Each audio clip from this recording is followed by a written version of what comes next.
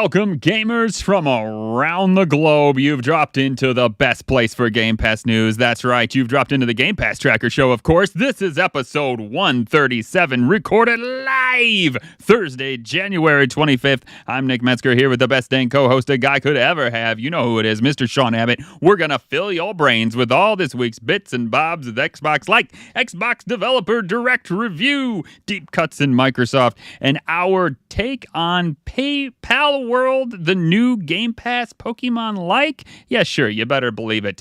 So, sit down, buckle up, because Game Pass Tracker Show is one crazy ride.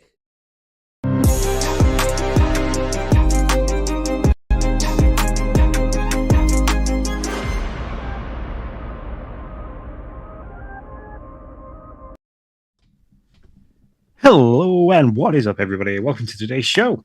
We just want to welcome you to your favorite Xbox Game Pass podcast, the Game Pass Tracker Show. You can find us on pretty much every social networking app that is out there. Just search for @Game Pass Tracker. If you have any thoughts, questions, do not hesitate to email us at show@gamepasstracker.com. And if you like what you're hearing, go onto your podcast app of choice and hit the 5-star review and leave some words, some kind words. It'd always be nice. It really helps us grow and reach more fans like you. And we wouldn't be a Game Pass show without promoting the Big Daddy itself, Xbox Game Pass. If you love Game Pass, you'll love our show, and you want to support us, head to the link in the description and sign up to Game Pass on the Xbox.com website. Not only will you be supporting us, the Game Pass Tracker Show, you'll also be signing up to the best gaming subscription out there right now, Xbox Game Pass. So sign up to whatever level you desire, whether that be PC Game Pass Core or Game Pass Ultimate. Just play your own way by using the code in the chat or the show notes. She'll help us continue to create the awesome content we love to make for you, our amazing fans. So without further ado, Nick, let's head into the Game Pass headlines.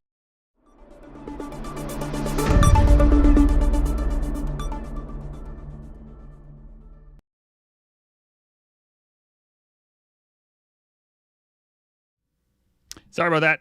Gosh darn buttons. Button was not working. All right. We also forgot that I had this light that I'm supposed to turn on and didn't do that either. So, but we're all there now. So welcome to Game Pass Tracker Show. First off, we do one little tidbit of format that we're going to start changing. We are going to get rid of Out Last Week in the Game Pass headlines, mainly because by the time we get to Out Last Week, you're hearing about the same game 3 times.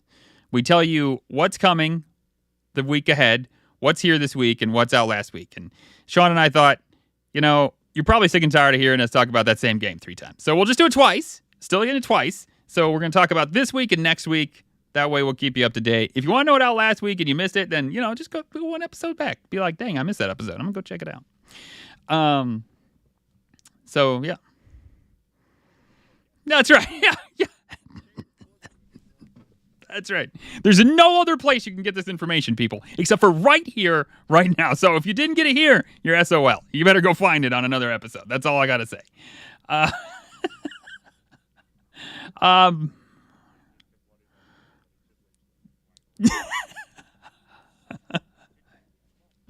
Yeah, I was trying my best. But what is out this week? I cheated a little bit. I'm not gonna lie, because this is technically, what was it? It was Thursday, but I felt like we didn't talk about this last week. Let's not go there. Anyways, January 18th, Turnip Boy robs a bank, which I am shamed to say, Sean, I have not made it to yet because I've been playing another game we'll talk about. But it is out everywhere, out January 18th, available day 1 with Game Pass. That's the way we like it. Turnip Boy is back. This time he's teaming up with the Pickled Gang to plan and execute the weirdest heist of all time, shake down hostages, steal valuables, battle the fuzz, and use wacky tools bought off the dark web to move further into the vaults of the Botanical Bank. Have you got to this yet? Because we were both super psyched about it.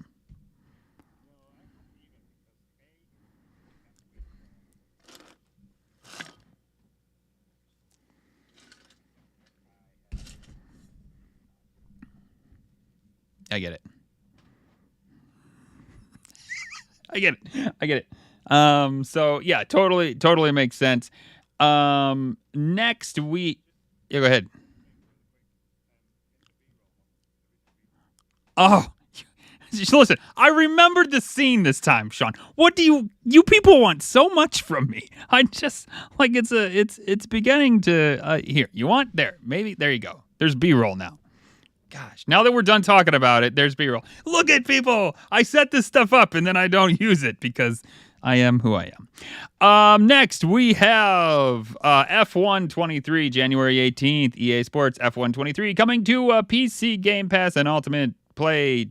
Test your driving talents, create your dream team, and be the last to break in the official video game of the 2023 FIA Formula One World Championship. Sean, what does FIA stand for? Do you know?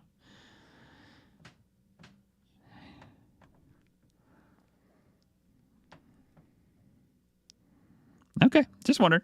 I mean, I think it's an AI. It could be like a, I don't know. There you go. See, look at, we give you guys pertinent information.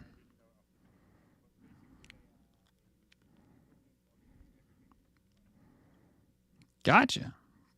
There you go. See, look at that. So you can play F123.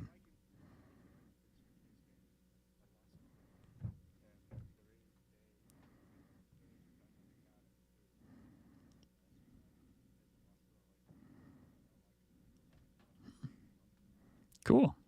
That's neat. There it is. So the game. Now, are we going to talk? No, we're going to talk about this in top stories. I just realized that I could have. Whatever. All right. Palworld. January 19th. So Friday. This game's been out since Friday. Available day one again with Game Pass. Embark on an open world adventure through Palworld where you can discover and capture over 100 pals, unveil the secrets of this mysterious land, overcome formidable bosses, and build powerful bases. Use your pals to do tasks for you and automate an entire production line. You know, I really hope I get that far, Sean, because I'm very excited to see like this production line with pals. Just I'm not that far yet, but anyways, we'll talk about it later. So that is out there, and again we got there. It's late, but we got there. So what is out? What's out next, Sean?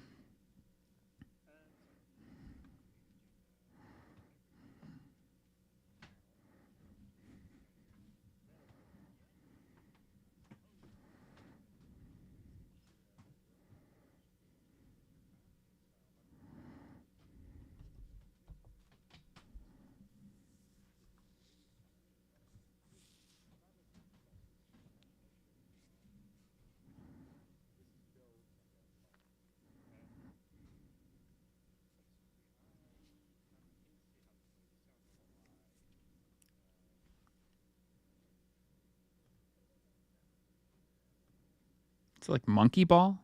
Looks like monkey ball, like a form of monkey ball. Yeah, except it's not like behind the person. It's not third person.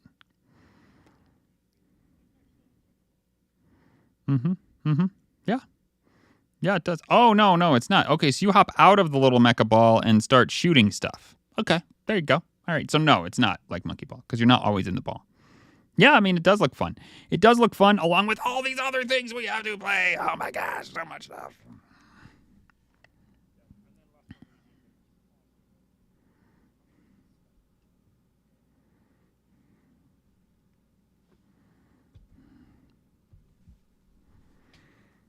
Where is that?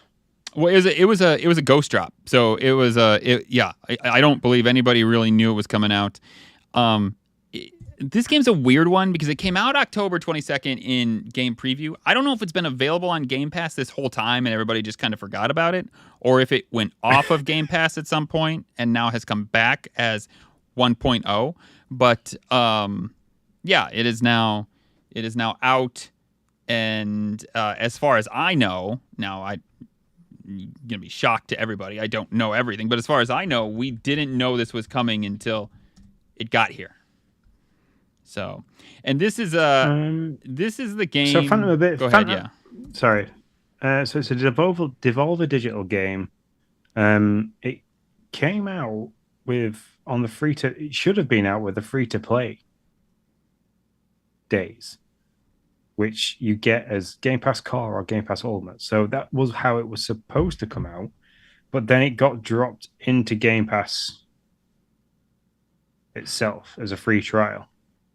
Yeah, there you go. So I went back Sort of. October 20th. Phantom Abyss is a massive asynchronous multiplayer game that casts players into procedurally generated temples and tasks them with retrieving the sacred relics hidden within deadly chambers. Be warned, you only get one attempt at each temple, and failure or settling for a lesser relic means you will never see that temple again. God, that's not that gave me I mean stress already. I have anxiety just reading that. Like, if I don't do this right, I don't get to see this temple. Now, as I remember, I don't remember how many people, but there's a bunch of people playing, as they're saying, asynchronously. So you can kind of see their shadows of where they're at, but they're not in your way.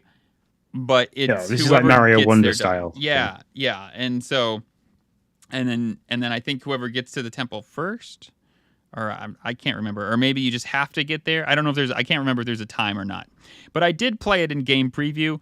There have been a good bit of changes made, as I understand it, to 1.0.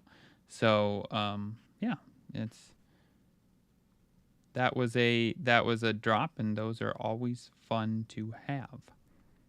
Yep. And then next week, January 30th, Potato. Top-down roguelike arena shooter where you play a potato wielding up to 6 weapons at a time to fight off hordes of aliens. Choose from a variety of traits and items to create unique builds and survive until help arrives. And when we talked about this, we did talk about this last week. We were saying it's like Survivor IO and Vampire Survivors. Mm-hmm. Yep. Are kind of the same gameplay. So yeah. Totally. So, and then in the month ahead, we have Anuchard, which we'll get to once we get a little bit closer. We'll tell you a little bit more about it, but that's February 6th. Leaving in... Oh, my math is off. I thought it was real soon, but it's not. It's like in a day less than a week, in 6 days. Leaving in 6 days is Hitman World of Assassination, gone everywhere, and F1 21 on cloud and console, because you can play F1 23 now. So there you go. True. And as I say, you have until January 31st to beat them, or with your Game Pass subscription before January 31st, you can buy them for a 20% discount. So there's your options, folks. Get them done or lose them forever. And remember, if you're looking for a clear-cut place for all the information about what's coming, what's going, and everything like that, listen to this podcast or follow us over on X at Game Pass Tracker.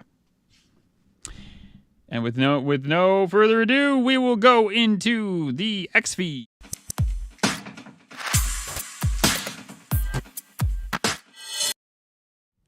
Without further ado, I was really lost. I was like, I was like, in my head, I was trying to get ahead of my words to remember what I needed, like what you say there, and I'm like, with no further.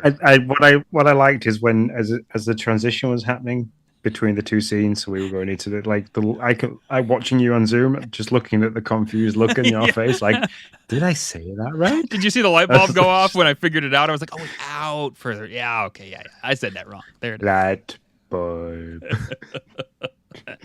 Anyway. So last week you probably tuned in to me sitting here during the developer direct, on varying levels of excitement and not excitement. So yeah, I found it was difficult. So we're going to talk a lot more about things individually, but I didn't find the 2024 direct as exciting as the 2023 direct. Because you weren't there, so let's go for that. It was very difficult to bounce off somebody else's that's tough. hype for this.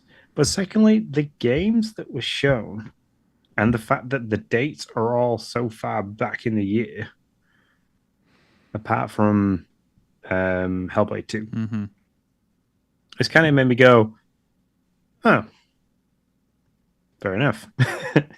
So my excitement level for the developer direct kind of nosedived very quickly. It was it was amazing that we got the Square Enix. I knew there was going to be something pop up somewhere. I was kind of hoping it was going to be pure out Bethesda coming in with Doom and smashing everything to pieces. Of course. But no, we got a little bit of a surprise drop from Square Enix. So yeah. Also, I would like to say this is like when you're at church and Jesus is always the right answer, Doom is always Sean's right answer. Like if you, it's like, what's the Doom? It's always Doom. I love it. I love you for it. What's that child-friendly game that you can play on Game Pass like Doom? Doom. That's right. And that's no offense to any religion. It's just joke. So, anyways, yeah, I do agree with the like fall 2024, in 2024. So I was like, okay, so we're not getting a first party title until May of 2024, and that is going to be Senua's Saga. Okay, all right, that that's a little late in the year. Like 5 months in already, but okay.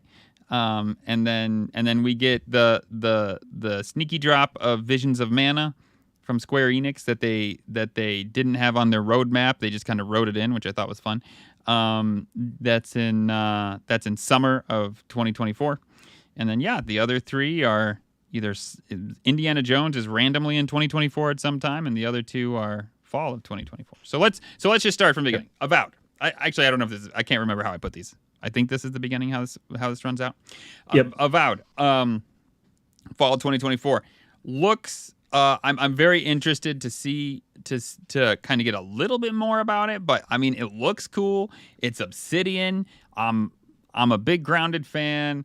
I will certainly give it a shot. I know it's not really in that same genre. Grounded was kind of like an offshoot of stuff that they do, but just their game style has always been kind of fun. So I'll always give them a look and be excited for what they have to show. So I was excited to see. I liked the look of Avowed for the fact that it had Elder Scrolls kind of Skyrim feel in terms of you had the dual wielding action, you had like you could conjure spells with hands, you were using wands, so it had that open world RPG style esque to it with a combination of wizardry and hand-to-hand combat kind of thing. So I was really liking that. I like the look of that. The graphics for it looked amazing. I've spoken to somebody that also watched it, and they said exactly the same. They said they were very keen to get their hands on it and play. So. Yeah, I'm hoping for the stories that you heard in Outer Worlds too. Like, I mean, I played a little bit of that, and you would have to be like, you'd have to make those like moral decisions in that game of like, well, do I let this guy live or not live, or do I tell him that they can go over there, and so I'm hoping for some of that storyline too as well. So I was excited for this. I will definitely give it a play, and see if I can stick with it. Then next came Senua's Saga Hellblade 2, which we've seen 5,000 times, and now we have a pretty firm date, May 2024. So that's good. Be the first party game, at least that we know of. First party game this year. Visions of I'm sorry, not Vision. I jumped ahead. Hellblade 2, which so I'm excited to play this. I loved the first one. It was one of the first games I played on my Series S. So I was excited about that. Any thoughts on Hellblade 2? It was interesting to see some more behind the scenes stuff, like how they captured the motion and stuff like that. Yeah, that was cool. It looks like the staff have had a lot of fun making this game. I felt sorry for the stuntman that missed the mat as he fell off. I thought that was funny. But yeah, I'm keen. I didn't play the first one. I completely missed it while I was on Game Pass. I know Jaya has played the first one because they used it in her psychology class at college. Obviously, cool. Hearing her voices and stuff like that. So they were kind of tying that into somebody with split personality disorder and psychosis, like kind of disorders. So that was really cool. I just like seeing the behind the scenes thing where they had that directional microphone with the two microphones and like for left and right, and they had the two voice actors circling around while they were saying stuff. I thought that's really cool. It was nice to see how they captured that kind of stuff and how that stuff works. And we got the leaked date prior to the developer direct of May 21st as a rumor, and they have that date has stuck, so that date was correct, which was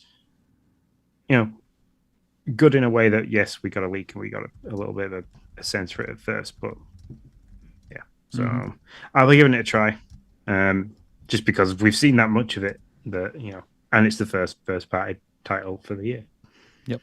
Yeah, 100%. Then next, the sneaky drop that wasn't on their roadmap from Square Enix, Visions of Mana, coming to Xbox in summer 2024. This is the only game that we're not sure, I believe we're not sure, is coming to Game Pass. So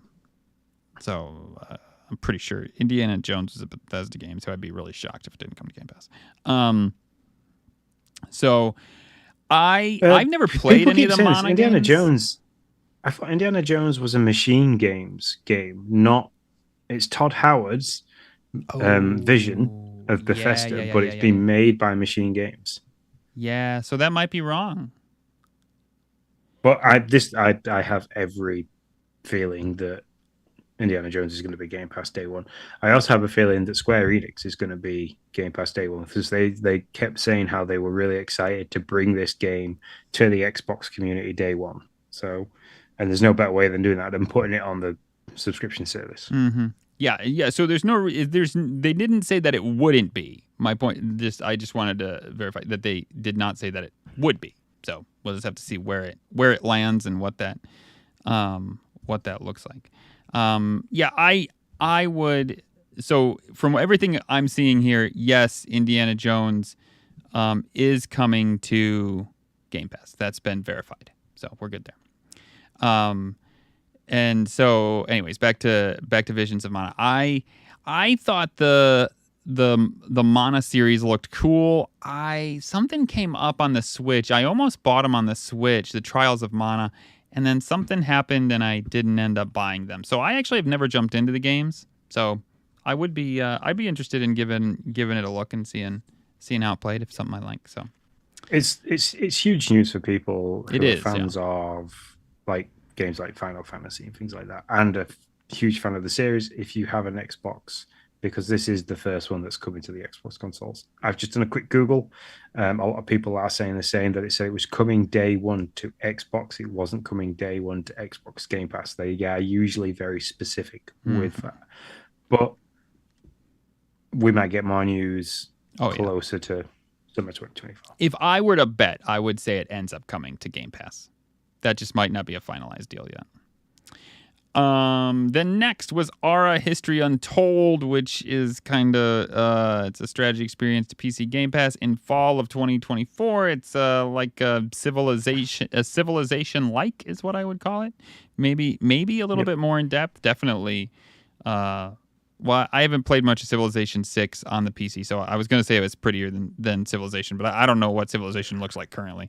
But it's a pretty game. Let me just put that instead of comparing it. So, looked very... Yeah, they seemed really excited that rather than it being turn-based, it's all simultaneous turns. Mm-hmm. So everybody makes their turn, and then something happens, and then you have to make your turn based on everything that you've just seen happen. So to try and make for better strategies while playing the game. I thought that was an interesting take. And if I was a big player of things on the PC, then that would be something I'd probably give it a go just to see that, because I played like, Red Alert, Command and Conquer kind of stuff, as well as Warhammer kind of stuff and Civilization kind of stuff. So I have played those games in the past when I've had a gaming PC available to me.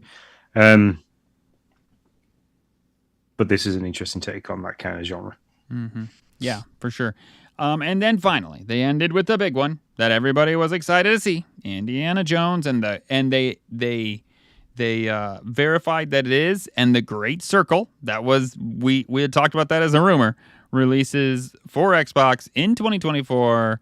Lots of gameplay unveiled. They showed that they were going to flip from third to first person. And first, you'll be doing puzzles in first person. Looks like a lot of platforming and climbing in third person. I don't have a problem with that. I guess I always like games that let you choose when you want to be in what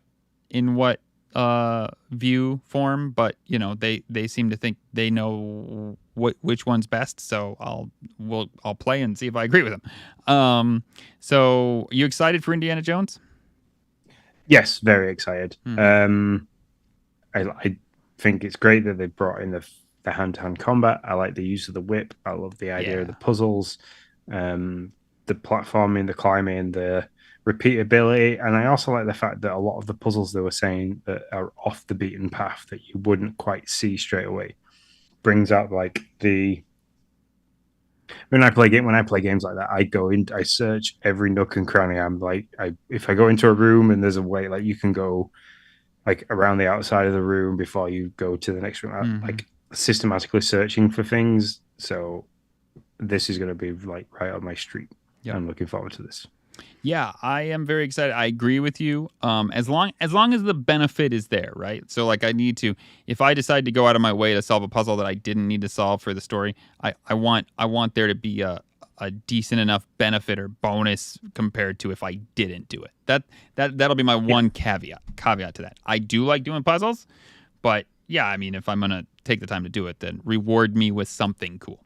I do agree with the whip too, man. You can like trip people up with it, use it to reach switches, use it to get to other places. I mean, it's got all the uses you would expect that you would find with an Indiana Jones whip. So I think that's pretty cool. You called the Harrison Ford face. I'm glad they stuck with that. I think that's really cool. I like the placement of the game. This is what I really like. The name of the Great Circle. If you go back and look at the locations of all the films previous to this, and then look at the locations for films prior to it, after this, so post the Great Circle, and you line them all up, it does create a circle around the globe. I like that. I like where they've put this in the history of the movies, which is probably why they've made Harrison Ford look as young as they have, because I think it's pivotal. It plays an important part for the story of the game. So, yeah. So, those were the games. Lasted about 30 minutes. 5 games is what we got. We really knew we were getting 4 of them, right? We pretty much knew even before the direct started. We knew there was 4, but the way it was laid out, I like instantly looked at it and thought, we're on like 4 boxes. Last year was 5. So, yeah. I knew there was going to be something else, just didn't know what. So, purely arbitrary, doesn't matter at all. So, if you think this is an A+, that's fine, people. But, Sean, what's your rating for this developer direct? A through F.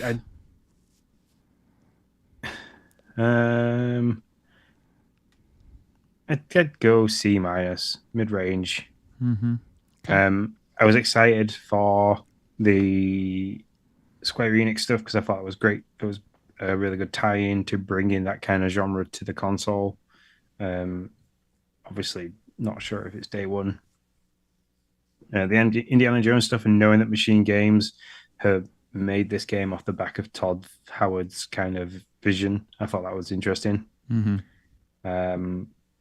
Seeing a bit more of, like I said, how Hellblade's been made in the background and things like that. Again, we've had a lot of talk about this game and snippets here and there, but it was just nice to eventually get a date.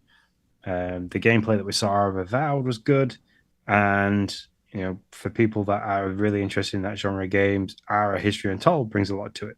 Just unfortunately, the excitement level I had was, Avowed looks good, and then we've seen lots of Hellblade. Square Enix was exciting. I probably won't play History Untold. Give me the good stuff, Indiana Jones. So I'm comparing it to last year's, like where we had Hi-Fi Rush, we had Redfall, Forza Motorsport, like really big games that I was really excited and stuff like that. It didn't tick as many boxes. Yeah, I was bummed there wasn't a Hi-Fi Rush this year. There wasn't that like surprise drop. I really thought we'd get a surprise drop of some little. I mean, and I say little, but Hi-Fi Rush got great praise and won tons of awards, and so I really thought we get something like that at the end, or somewhere in there, but there was not. And I think looking 5 months out for a first party title is a bit much. I am with you that I'm pretty excited for Avowed. I'm really excited for Senua Saga. I'm interested to try Visions of Mana. Probably gonna pass for myself on History Untold, and then Indiana Jones. I'm super excited for. I give it a C+. I give it a C+. And I almost hesitate to not put it into a B, and the reason is, yes, all these games are not for me.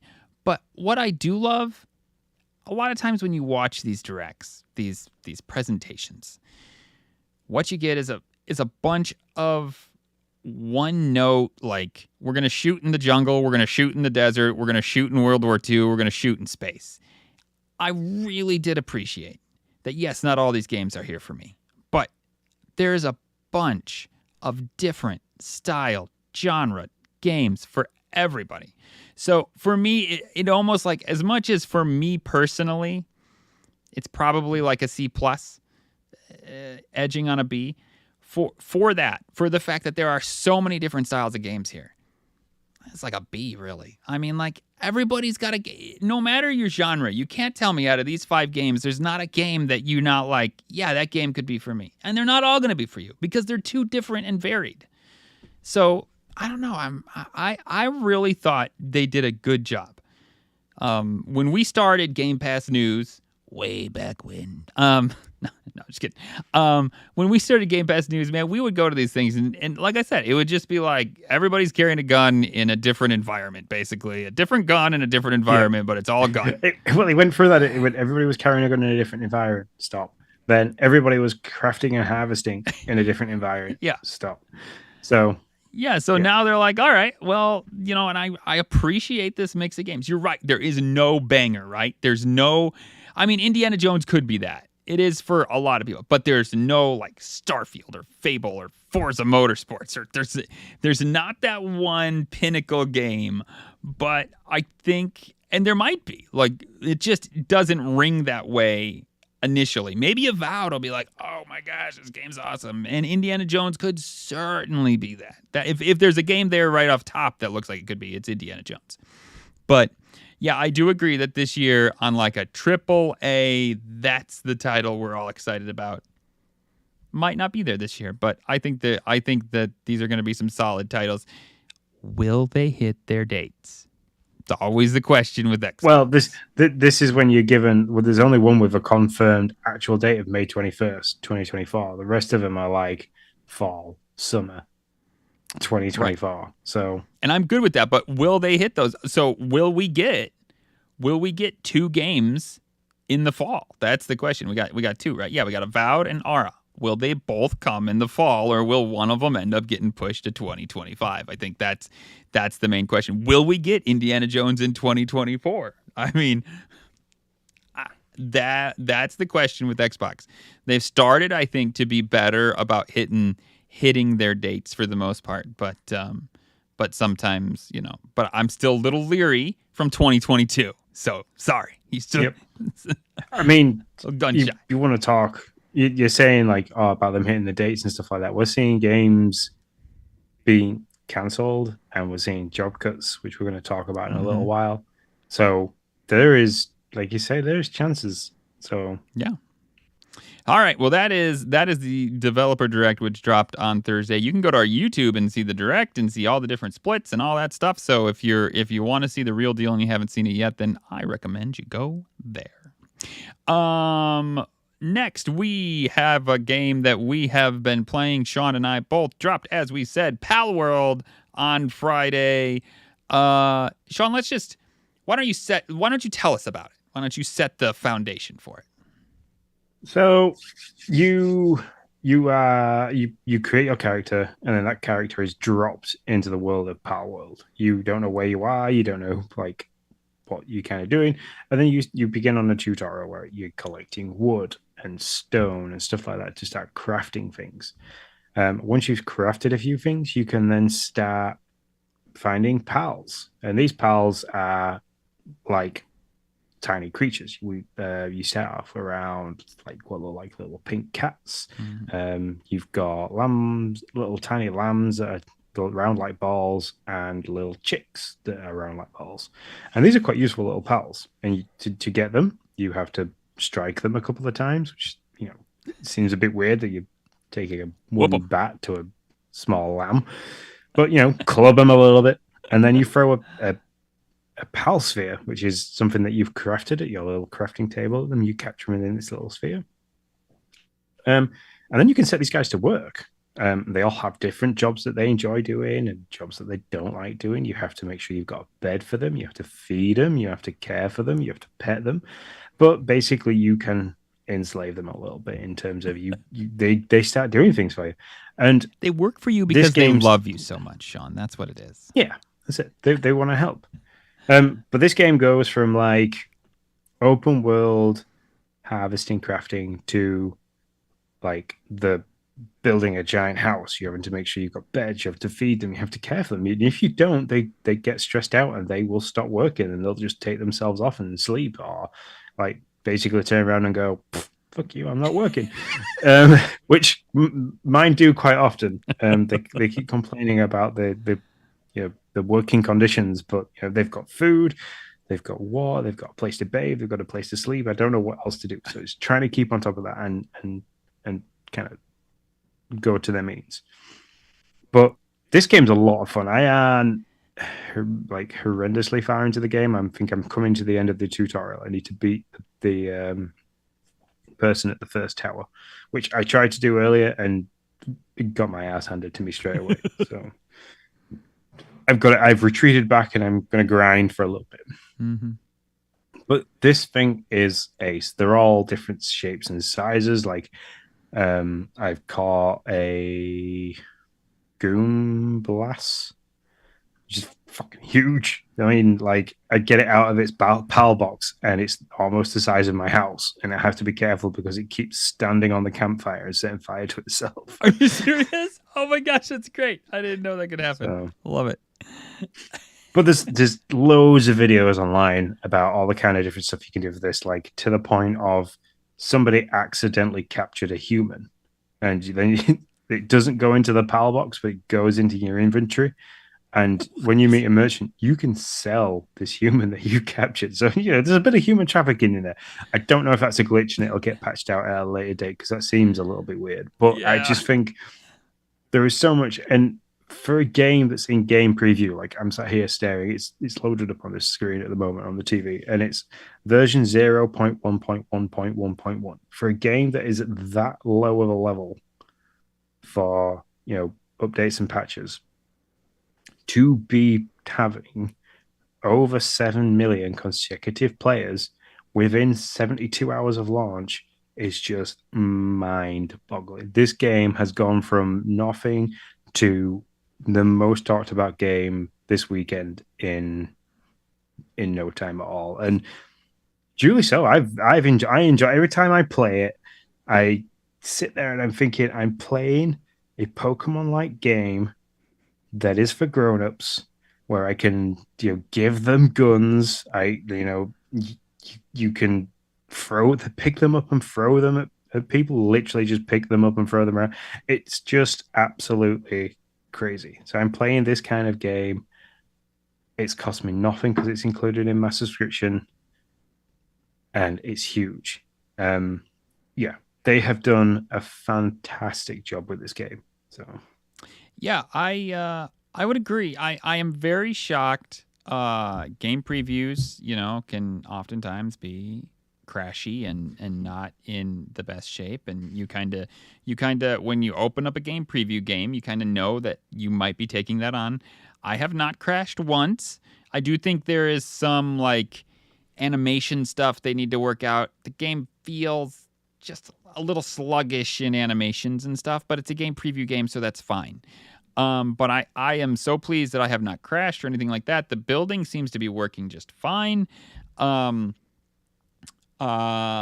did want to ask you this. When you start the game, did you feel like you were did you feel like they were trying to set up a Breath of the Wild moment when you're like in the cave? Yeah, this is the other side of it, is that because you've got all that open worldness, that it does feel very much like Breath of the Wild. Yeah, not only that, though, when it starts, in Breath of the Wild, you're like in a cave and you like walk out and you see this world. I felt like that's what they were trying to exude from this game. They wanted you to like feel the cave or like walk out of this like dimly lit cave, the sunlight breaks open and you're just like boom, and it somewhat works. It just reminded me very much of Breath of the Wild.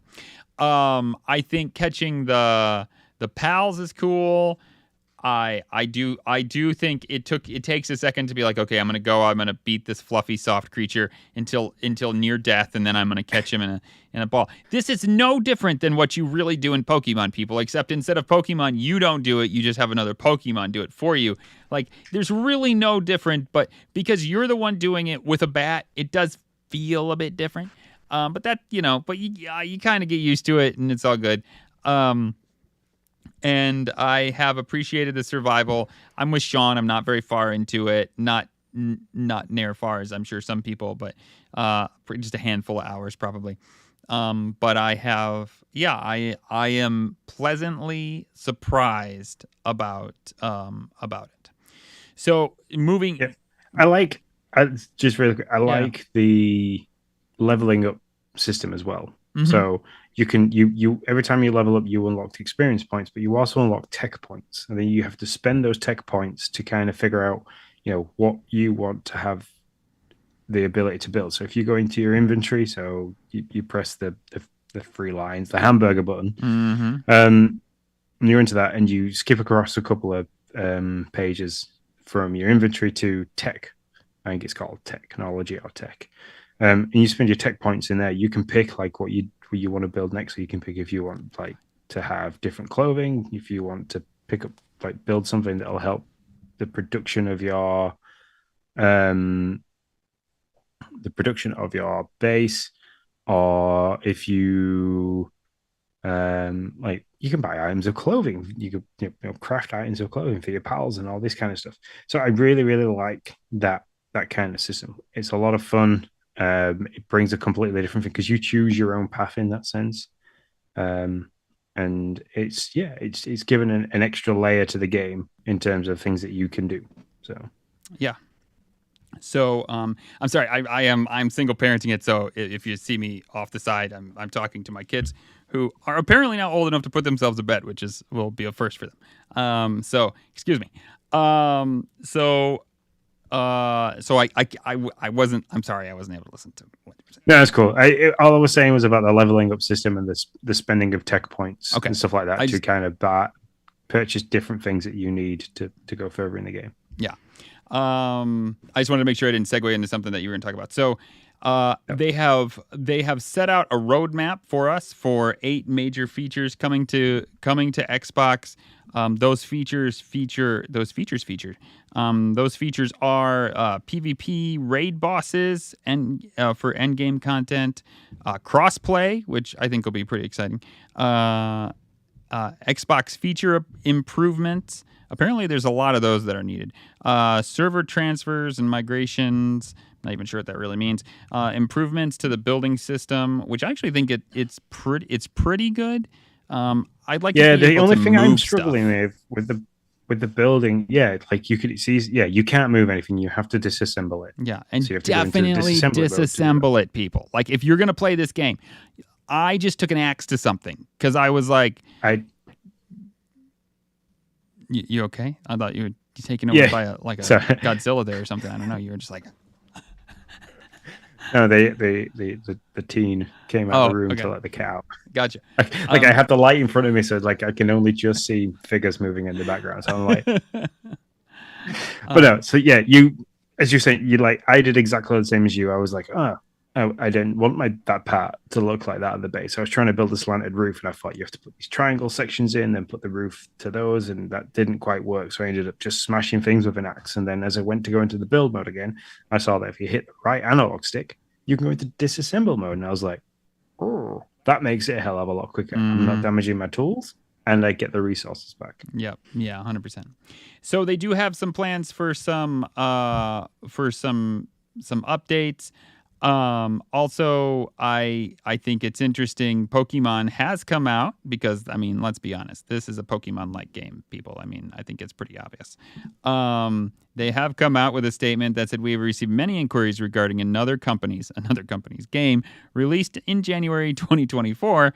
We have not granted any permissions for use of Pokemon intellectual property or assets in that game. We intend to investigate and take appropriate measures to address any acts that infringe on our intellectual property rights related to the Pokemon games. We will continue to cherish and nurture each and every Pokemon and its world and work to bring the world together through Pokemon in the future. So, I mean, I don't know IP law, so I'm not going to sit here and say whether they're in trouble or not in trouble. That's a whole, I'd be making a lot more money if I did. I wish I did. So it'll be interesting to see what comes out of this. Palworld, the developers, have said, hey, listen, we've gone through a legal review of our game and what we're doing, and we did not come across any red flags, or they said it's fine where it's at. Maybe they did come across red flags and fixed them. I don't know. But so it'll be interesting to see what Pokemon finds and if they take any action or if this is just kind of a... Yeah.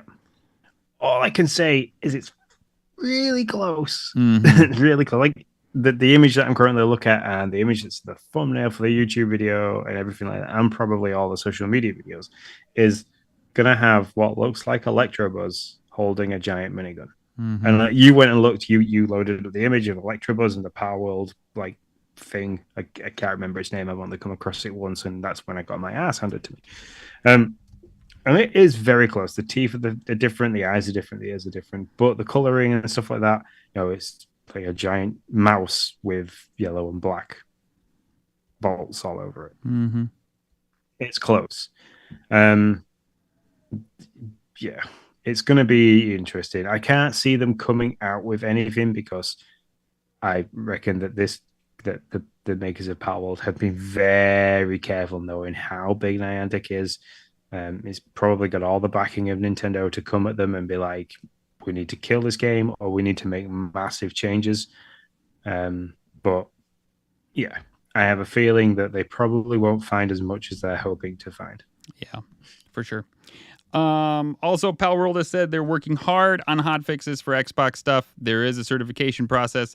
I've talked about this certification process in Coral Island. Coral Island has talked about the certification process. It takes longer than Steam's. That's why Steam hotfixes are out and Xboxes are not. It's nothing against Xbox. It's this certification process that they go through. I don't entirely know what that certification process looks like. I'm just saying it is well known that it takes longer for Xbox to get something certified and out than it does for Steam. So, but Palworld said they are working on improvements on the regular. They've already put out some for Xbox. They have others in the pipeline. So, yeah. And I've seen videos on TikTok, I've seen shorts on YouTube, and I have seen reviewers turn around and say that this game is a lot harder on the Xbox. Okay. To do with like at what level you unlock certain things. So like apparently there's an artifact that you unlock, and I think it's at level 12 on the Xbox for your character, but it's level 6 on Steam. And that artifact makes defeating the tutorial boss a hell of a lot easier. So some people are saying they've done that on purpose to drag people away from playing it on Game Pass to playing it on Steam. I don't think that's the case. I think it's very much like you say, these hotfixes being held in certification. They probably already patched that on Steam, and it's there sat in the certification stage with Microsoft and will probably come at a later date. Mm-hmm. Yep. So those are our top stories, our news bulletins. Xbox is introducing Indie Selects. This is not a subscription service. This is just a spotlight service that will be in the Microsoft Store so that they can spotlight games that are not on Game Pass.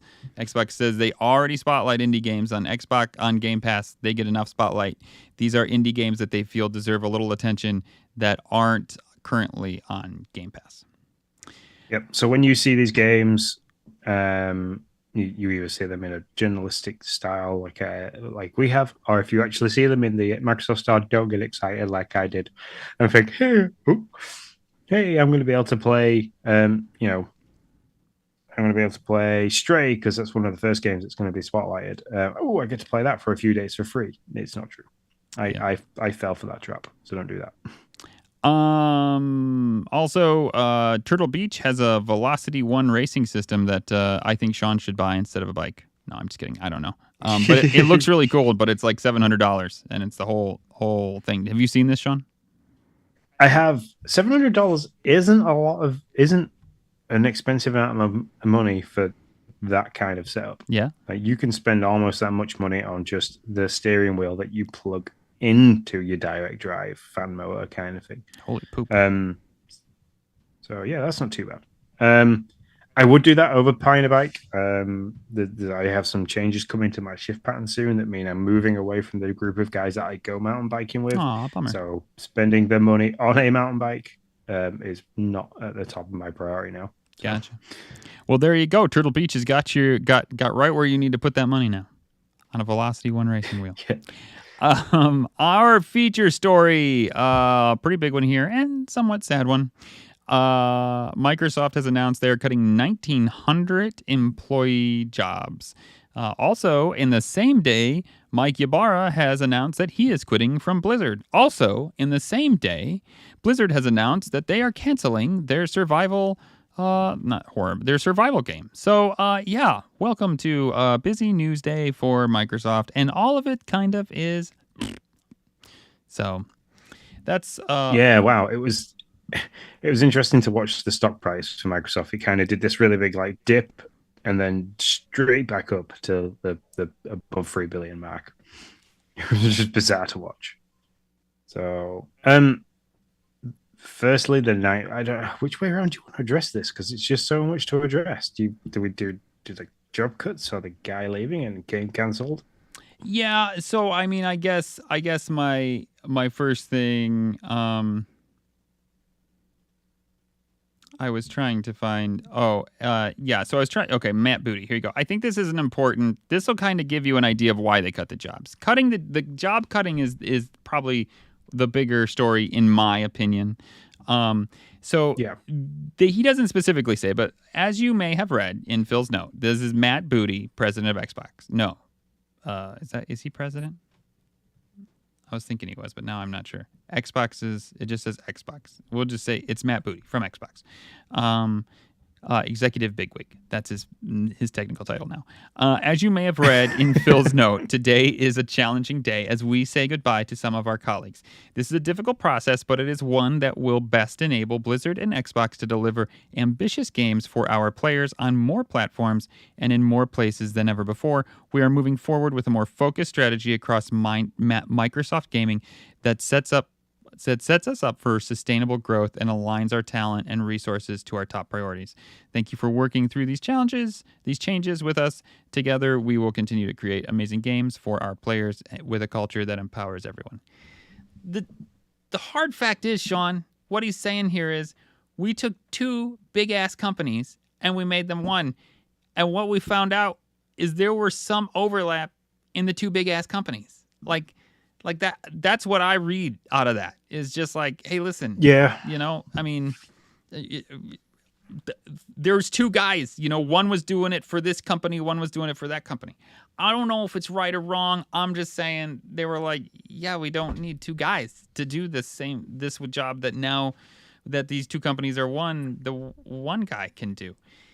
It sucks. I get it. Like it's an actual, I am not disassociated from the fact that it's an actual person that needs actual money to feed their actual family. Okay, I get it. It sucks. But also, it's not surprising given what has happened. Now, I don't know. The only thing I will say is I don't know if there were any promises to Blizzard employees or not about, hey, if we come together, you'll stay, like that kind of stuff. I don't know if any of that happened or not. If it did, that sucks as well. But lots of things suck. But I think that's basically it. You took these two big companies and you made them one, and there was an overlap. Yeah, I agree. I can't see them. This is where you have to have some kind of union involved because there's no way that you can make that kind of promise when you're blending two big companies like this together. Yeah. So these people, these 1900 people, so those 1900 roles are going. So that's a combination of this person in this team and this person in this team. They're probably going to have to sit through some kind of process in terms of, a scoring process or an interview for that role. So the two people that might be having the same role might have to interview for that role, and see how it goes from there. Mm-hmm. But it sucks. I mean, being a guy that's been in the position of being made redundant twice, it's not it's not a comfortable position to be in. You instantly start worrying about like, okay, maybe you've got a young family, or maybe you've got monetary commitments in terms of a mortgage, or you've seen that these two companies are coming together and you think, oh, this is going to be awesome. I'm going to be, we're going to be making so many killer games. The company's going to be doing this. There could be bonuses, or like I could be set for a while, and you go and you buy something that, you might have to make payments on. People are, their lives and livelihoods are going to change because of this. And it sucks. But like you said, there's 22,000 people in the team between Microsoft and Activision. There's got to be your overhead for employee budget and stuff like that, and what you pay people in salaries is going to be huge. So they're going to kind of go through and remove duplicates. It just sucks. It's just Yeah, it does. And also, like you said, these people must have kind of seen this coming. Must have been a discussion that's been had at some point. It's just, yeah. This is also, and there is another conversation here of like that kind of isn't just a Microsoft conversation, but of like, so the video game industry in and of themselves have lost, what is it? I think it's 6,000, 25 days into 2024, and 5,900 layoffs have already occurred in the video game industry.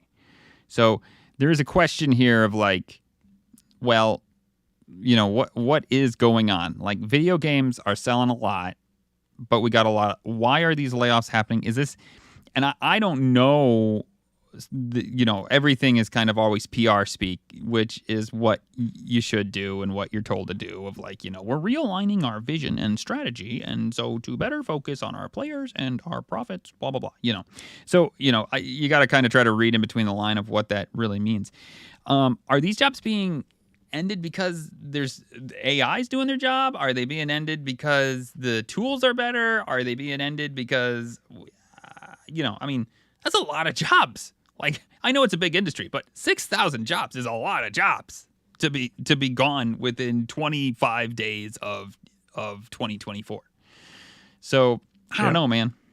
But I mean, a lot of that, it could be studios that are closing down because they can't afford to make games, or then they can't afford to make games in the way that they were making. So a lot of that could be studios closing down, could be small studios, medium studios, But at the same time, yeah, you've got technical improvements. I mean, there's technical improvements being made in the industry that I work in that could see people of my level be replaced by a basically a robot that can walk around and do the same kind of checks that I have to do, stuff like that, and be all autonomous. So yeah, it sucks. It really does. I'm trying to see this from, so like I've got I'm an employee, and I have money that I need to make because I need to feed my kids and I need to like look after my family and stuff like that. And at the same time, you also got to stick the business hat on and be like, if we want to continue, yes, we've just spent the best part of 70 billion on this merger. Like, if we want to carry on and continue to be able to make big games that can help fund the fact that we just made this merger and keep us at that 3 trillion point, because that's the other thing, is Microsoft is now a company, the second company ever to hit the 3 trillion mark. They need to do stuff to keep the ball rolling and keep going. And if making cuts here and changing their business ethics and stuff like that in terms of it being more lean and able to operate at a lower cost, then it just makes business sense, which again sucks, and I hate having to say it because I would absolutely hate to be in that position. But Yeah, and then along with that news, Mike Ybarra, same day, says, you know, I am that he's announcing his departure from the Blizzard studio, and I don't want to say, and also, and I say also not. I don't know if these things are connected or not. So just understand that they could be two separate and happen to be on the same day or together. I don't really get it, but I will read it as it's read in the pure Xbox article.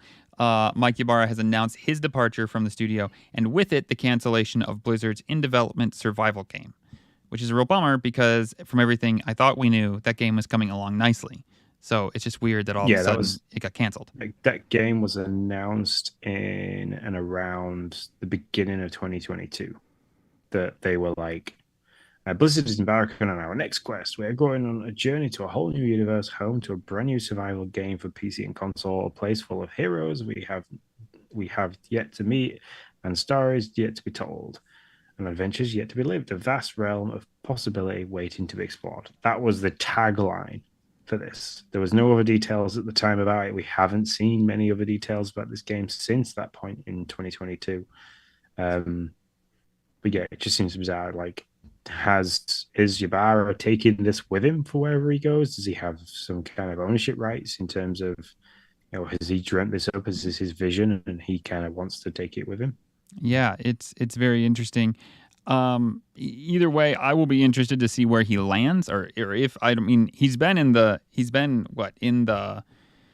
20 years, I think is what he said. So I don't know if he's looking to get back in the industry in another way. I will be interested to see what he does. He's a seasoned veteran. He's seen through one of the largest acquisitions in history. So I mean, he's got a resume that I'm sure a lot of people are interested in getting him in their house.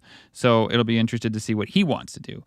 He doesn't specifically talk about much about his future, just more about his thankfulness for being part of Blizzard and for the team that has helped to build the games that they've built. So I think that's and he says, I want to thank everybody who is impacted today for their meaningful contributions to the teams, to Blizzard, and to players' lives. An incredibly hard day. My energy and support will be focused on all those amazing individuals impacted. This is the way of a reflection on your amazing work. If there's anything I can do to help with connections, recommendations, etc., DM me. So he has been very open. He's been very like, look, I know this sucks, but I will do everything and anything I can to help you get something as well. So it seems a very nice parting gift. Yeah, I would agree. So those are our feature stories. Let's jump into our dashboard.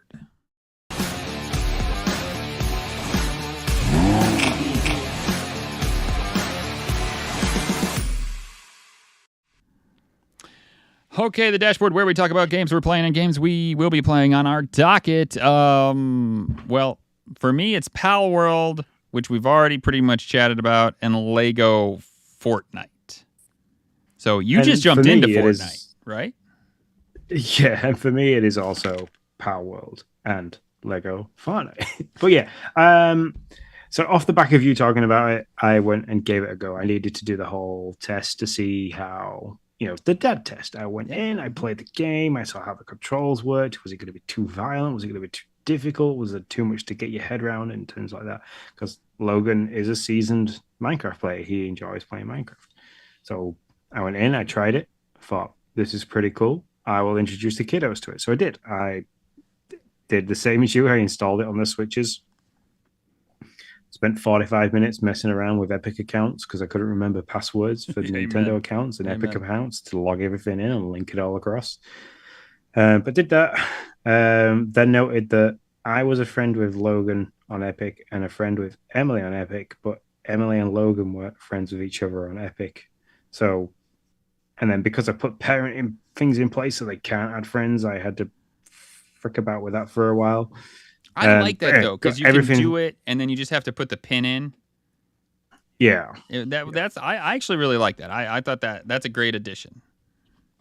So did all that, and then like I had Emily on one side of me, sat on the sofa. I had Logan sat on the other side of me. They were on their Switch lights. I was on the Xbox, and we played Lego Fortnite together. And the crossplay worked really, really well. Had a bit of difficulty when it came to telling them what buttons to press because A, B, and X and Y are all flipped between the two consoles. But like once we got around that, Logan went off and did his own thing. He just went foraging for berries. For whatever reason, he just wanted to go get berries. So off he went. He was doing all his harvesting for food to make sure everybody had food and they were going to be well fed. Emily went off chopping wood, mining stone because she wanted to build all the houses for everybody. She built beds for everybody. She built chests for everybody, the ends of the beds and stuff like that. So she went and did all that kind of stuff. And I went and I knew that after playing it on my own for a while, I knew that like what we needed to do to get the items to progress a bit more. So I was like, right, okay, I will. While they're doing all that, that means I don't have to do it. I will go into the caves and raid chests and stuff like that. Bring back the knotwood so I can upgrade the bench so we can have better tools to do things. So, and that's how we played. We played for about an hour and a half, 2 hours, and it was great. Good fun. Yeah, I'm absolutely loving it. I mean, the kids love it. I love it. And the time with them is so much fun with it. They did Lego Epic. They together did such a good job for this being, I mean, I don't know if it's their first crack, but, one of their, this first game foray into this genre. It's a lot of fun. We're having a real good time. Sean, you gave me the good idea. I was playing on my Switch just because and it was downloaded, and you were like, well, you could play it on Xbox. Man, I loaded it up on Xbox so much quicker. Like and it's not one because of the Xbox, but two because my Xbox none of the Switches are connected to Ethernet, but my Xbox is. So just loads in, loads quicker than the Switches. The kids are like, I started before you. How did you get in already? I'm like, because I'm awesome. So have you've been cross playing as well then? I assume? Yeah. Mm-hmm. Yeah. It's great. That is something that I like about it, and I think Epic are doing an awesome job. Like, it's been a long time since I loaded it. I think the last time I played Fortnite, I played it with Capital Gaming and the Nintendo dads when they did. There was a certain event that was happening in Fortnite, and they all played together and stuff. And I kind of jumped in on that for a little bit. When you downloaded the Fortnite game, it was just Fortnite. There was nothing else. But now when you download the Fortnite game, you've got the racing, you've got the Lego Fortnite, you've got the main the music stage thing, as well as the OG Fortnite. Epic are doing a fantastic job of making that like some kind of portal application, so you can play all these different games in one. And somehow they're all freaking free. It's just ridiculous. But awesome. Yeah, it's the free to play market. This is one of the things that I think for gaming subscriptions is a really, really good idea, because you can entice people in, and then you stick skins or like pay to play style features in terms of skins and weapon skins and different things like that, and different dancers, different emotes, and people love it and they'll pay for it. Yeah, as long as you got the game, then they'll be there for it. It's pretty awesome. I know for a fact that I think in the space of 24 hours, Jay had dropped £25 on V-Bucks in a 24-hour period, just so she could have the Metal Gear Solid skin and the M&M skin and stuff like that. She could go and buy them. That's hilarious. But I get it. Yeah. So that's all I've been playing, and the only thing on my docket is Turnip Boy. I want to get to Turnip Boy this week. So other than that, I'd probably be the only thing I add to the docket, other than more Palworld and more Fortnite. I'm going to see how Palworld plays via the cloud, if it's possible. I can't quite remember if it's possible. So I'm going to try that over the weekend. And yeah, it's everywhere. Palworld's everywhere. So yes, it is. Yeah. And then probably give Go Mecha Ball a try as well. Oh, yeah. Yeah, we'll see. I don't know if I can get to that, but I would like to. But story of my life. Sean, I need to go check on kids. So we're gonna have to skip the football chat. I think we had a football chat. By football, we mean American football. But unfortunately, I need to go make sure these kiddos are doing what they need to do. So I think we're gonna have to cut out the party chat this week. Sorry, No, folks. no worries. It's cool. You need to go and make sure they brush their teeth properly and so on and so forth, because the last 2 weeks has been nothing but teeth chat between us two. That's true. Get a look after them pearly whites. Yeah, so we're going to skip party chat this week. Well, bring the football thing to it next week, because hopefully by then, fingers crossed, you will be super excited. Yeah, my Lions will be in the Super Bowl if we're really lucky. Okay, that's all I got to say. My Lions will be in the Super Bowl. If life is great, I'll either be happy or sad. I mean, blown away. I never thought in my entire life I'd see him in the Super Bowl. I never thought I'd ever see him in the championship. So if I see him in the Super Bowl, I don't know. It'll be a whole nother level. You'll hear me. I won't even need to text you. You'll just hear me all the way over there. I'm gonna have. I don't know if I'll be able to watch it anywhere, but last time I found it on some kind of internet radio I could listen to the game, so I'm going to do the same this weekend because it'll be on around the time I'm at work. So. Sweet. So yeah, take us out so I can check on these kids. Yep. So thanks everyone for listening. You can find us every social media outlet that is out there. Everybody's at Game Pass Tracker. If you want to email us, drop us a question, you can do show@gamepasstracker.com. If you want to get in touch with me directly on X, it's Sean_Abbott. And if you want to get in touch with my guy Nick, it is at Nick10DOH. Nick10Do. Thanks very much for listening. We will get to any questions and party chat next week, and we will sit there for a while we chat about football. But until then, and until next time, we shall see you later. See you later, guys.